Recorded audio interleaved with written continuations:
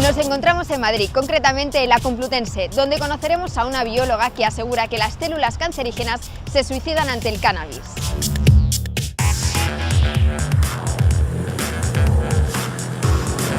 Recorrimos los pasillos de la Facultad de Biología en Madrid hasta llegar al Departamento de Bioquímica, donde trabajan casi 30 investigadores. Allí entrevistamos a Cristina Sánchez, una bioquímica molecular que ha despertado el interés en la comunidad científica por unas reveladoras palabras. Hola Cristina, gracias por otorgarnos esta entrevista. Tú eres bioquímica molecular con una trayectoria extensa a nivel profesional y en los últimos años ha revolucionado la comunidad científica por unas declaraciones sobre un estudio en el que decías que las células cancerígenas se suicidan ante la marihuana, ante el cannabis. Quisiera poner en antecedentes a la gente y explicar cuántos años llevas en este estudio. Este estudio lo comenzamos hace aproximadamente 15 años, básicamente por casualidad, como suceden la mayor parte de las cosas importantes en la vida. Nosotros en ese momento estábamos trabajando con cannabinoides, compuestos derivados de la marihuana, pero en algo que no tenía nada que ver con el cáncer. Trabajábamos haciendo estudios metabólicos, queríamos saber cómo esos compuestos afectaban al metabolismo energético de las células. Y trabajábamos con un modelo celular que era muy complicado, muy costoso, muy caro, y decidimos cambiar y utilizar un modelo más sencillo, y cuando uno piensa en células más sencillas de trabajar y más baratas, siempre piensa en células tumorales, porque crecen sin control, y eso es una gran ventaja en un laboratorio. Y cuando empezamos a hacer experimentos con esos compuestos, matábamos a las células. Entonces durante un tiempo estuvimos pensando que estábamos haciendo algo mal, y hubo un momento en el que nos paramos a pensar y dijimos, no estamos haciendo nada mal, nos estamos enfrentando a un efecto biológico que no esperábamos, pero que es potencialmente muy interesante. ¿Fuisteis de los primeros en realizar este tipo de estudios? Fuimos los primeros. El primer artículo que publicamos al respecto lo publicamos en el año 98 y prácticamente a la vez un grupo italiano publicó algo parecido.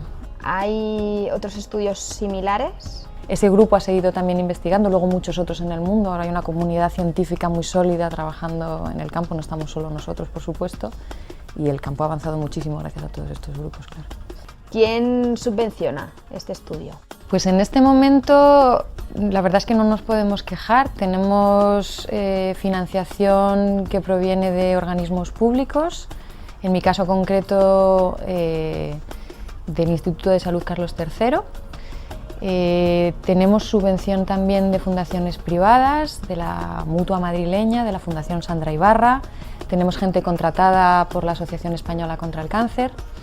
Y tenemos la enorme suerte también de que nos está financiando una empresa privada, una compañía farmacéutica, que es la que tiene el único medicamento cannabinoide que está autorizado ahora mismo en España.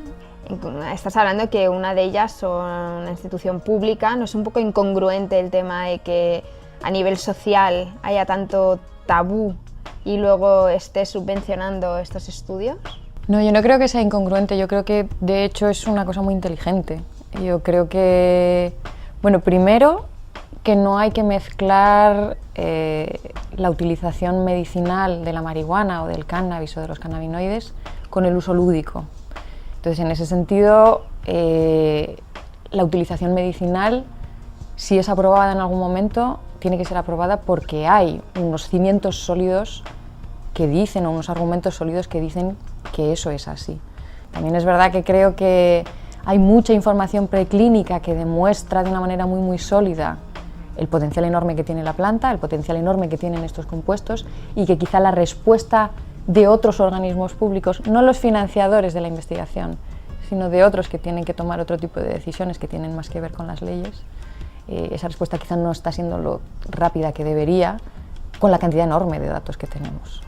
En estos resultados que habéis obtenido, ¿qué revelan?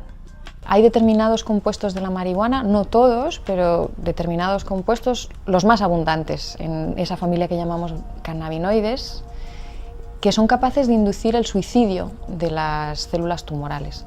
y solo lo hacen en las células tumorales, no en las células sanas o no transformadas, no tumorales.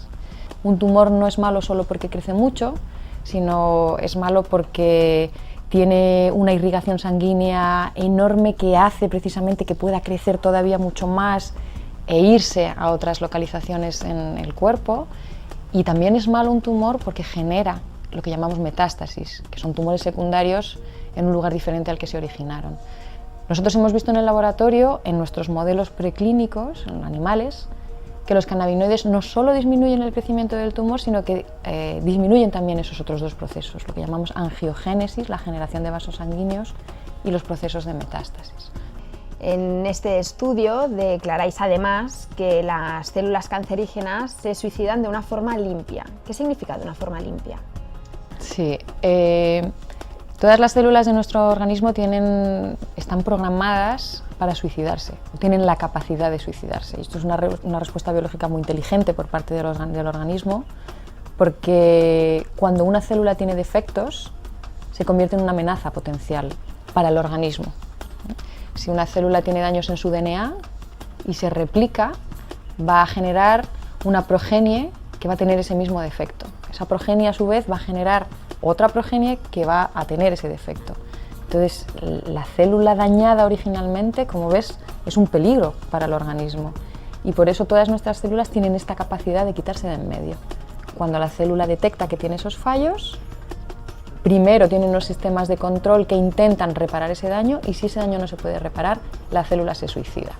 Cuando uno trabaja con un compuesto con potencial antitumoral, lo que busca es que ese compuesto produzca ese tipo de muerte, suicidio, porque es una muerte limpia. Es una muerte que no va asociada a liberación del contenido de la célula al exterior, porque eso normalmente implica inflamación, y es una muerte que se llama programada. Entonces es una muerte mucho más limpia y mucho más inocua para el resto del organismo. Y los cannabinoides producen precisamente este tipo de muerte. El cannabidiol hace que la quimioterapia sea más eficaz, ¿es así? Los estudios que se han hecho con cannabidiol y que nos permiten decir que es un potencial agente antitumoral se han hecho en modelos animales.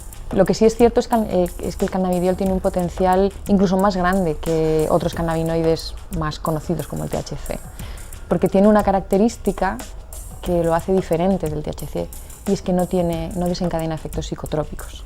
Entonces el cannabidiol tiene la ventaja enorme de que no produce esos efectos y produce el mismo efecto antitumoral que el THC, al menos en cáncer de mama. Hablas de estudios sobre animales. ¿Cuánto tiempo tardaremos en verlos sobre pacientes reales? Bueno, nosotros estamos trabajando para que eso ocurra lo antes posible. Ya hay un ensayo clínico en marcha en Reino Unido con pacientes con glioblastomas a los que se les está administrando la terapia estándar para este tipo de patología, que se llama temozolomida, en combinación con Sativex, que es un medicamento cannabinoide. Este ensayo clínico está en marcha en este momento y se supone que tendremos los resultados a finales de 2015. Tenemos contactos con el Hospital 12 de Octubre, con oncólogos que están listos y que están más que dispuestos para empezar ensayos clínicos, y lo que tenemos que hacer ahora es convencer o a la empresa farmacéutica o a otros organismos financiadores para que saquen adelante este proyecto. Hay la gente en la calle que dice, a ver, si hay estudios en los que se demuestra que las células cancerígenas se mueren, se suicidan, ¿cómo es que lo suelen recetar ya en enfermos terminales? ¿Por qué no se receta antes? Bueno, en eso estamos. Eso es lo que queremos hacer. Nosotros hemos cubierto muy bien las primeras fases de los estudios y ahora estamos en disposición de dar el salto a humanos.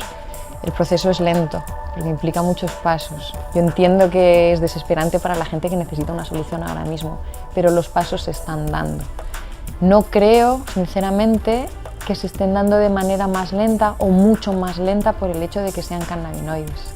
Si estuviéramos trabajando con compuestos que vinieran de la lechuga, los pasos que tendríamos que haber dado hubieran sido los mismos. Quizá para dar el último, que es del animal de laboratorio al paciente, las cortapisas hubieran sido menores. Puede ser, pero solo en ese último paso. ¿Tú crees que si a nivel enfermos, los pacientes, hiciesen más presión social, todo esto en España cambiaría? comparando la situación de España con la de otros países, nosotros vamos claramente por detrás. En Estados Unidos hay asociaciones de pacientes muy fuertes que presionan mucho al gobierno y que han conseguido cosas muy importantes. En Estados Unidos, en determinados estados, y cada vez más, el uso de la marihuana medicinal está autorizado. Y a eso se ha llegado en mucha medida por la presión enorme de los pacientes. En Italia ahora mismo hay una asociación que se llama La Piantiamo, que está presionando al Senado de una manera bestial y que está consiguiendo cosas. ¿Qué opinión te merece el tema de las cremas hechas a base de cannabis? Bueno, las que yo conozco ahora mismo que están en el mercado son cremas cosméticas, son cremas hidratantes que están hechas de cáñamo, no necesariamente de las variedades psicotrópicas. Yo he usado alguna de ellas, hidratan muy bien y no te puedo decir más porque no conozco más. Si estamos hablando del posible uso tópico de cannabinoides para patologías que tengan que ver con la piel, yo creo que el potencial es muy grande. Hay gente que está estudiando el efecto que podría tener sobre patologías como la psoriasis, que ahora mismo tiene tratamiento ninguno. Podríamos estudiarlo también para cánceres de piel, sería una opción. Entonces, es una vía que desde luego se debe explorar en profundidad. Cristina, nada, agradecerte esta entrevista, estos minutos. Espero verte antes de lo esperado, ya viendo en práctica estos estudios sobre enfermos reales. Y nada, muchas felicidades y gracias. Muy bien, muchas gracias.